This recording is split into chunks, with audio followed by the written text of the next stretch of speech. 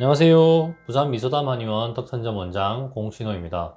담적 치료를 하다 보면 오히려 속쓰림 증상이 생기면서 담적약을 못 먹는 분들이 있습니다. 꼭 속쓰림 증상이라고 하지 않고 점막이 자극되면서 나타나는 증상은 다 해당됩니다. 명치의 통증, 가슴의 따가움, 불타는 느낌, 조이는 듯한 느낌, 콕콕 찌르는 듯한 통증, 속이 뒤틀리는 것 같은 느낌 등 양상은 다양하게 나타날 수 있습니다. 담적을 치료하면서 약을 복용하는데 오히려 속이 더 아프다고 한다면 이것은 점막이 자극되면서 증상이 생긴 것으로 이럴 땐 치료의 순서나 방향을 변경해야 하는 신호입니다.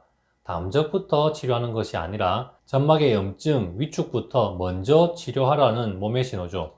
처음 진료할 때 속쓰림이나 자결감 같은 점막의 자극 증상을 주증상으로 호소하는 분들에게는 이런 일이 없습니다.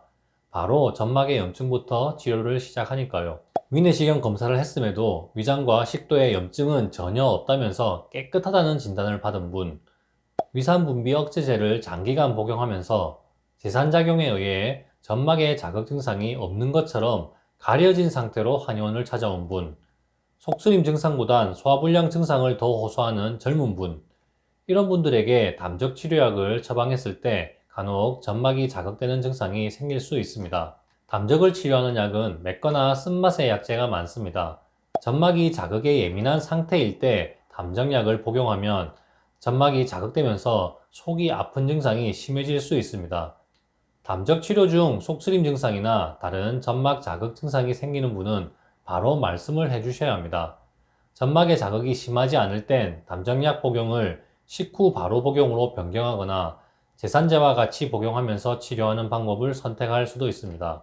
점막 자극이 심할 땐 담정약을 복용하는 것을 잠시 중단해야 할 수도 있습니다. 그리고 제산제를 복용하도록 권합니다. 일단 점막의 자극이 완화되어야 추후 점막 재생약을 다시 복용할 수 있기 때문입니다.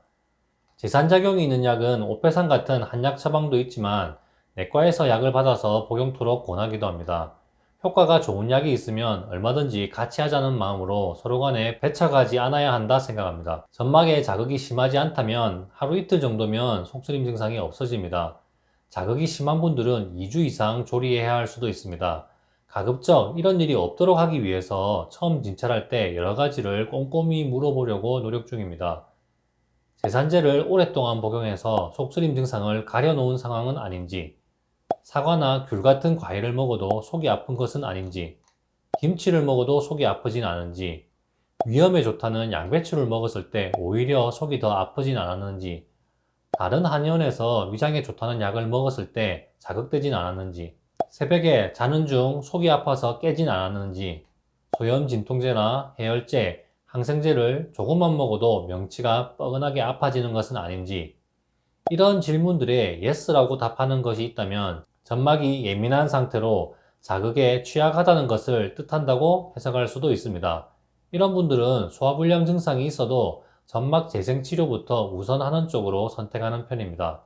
담적 치료 중에 오히려 속이 쓰린다거나 명치가 뻐근하다거나 화끈거린다는 느낌이 든다면, 특히 이런 증상이 담적약을 복용한 직후에 생긴다면 이는 점막 재생 치료부터 먼저 하는 것으로 변경해야 하는 신호일 수 있으니 참지 말고 꼭 얘기를 해 주십시오.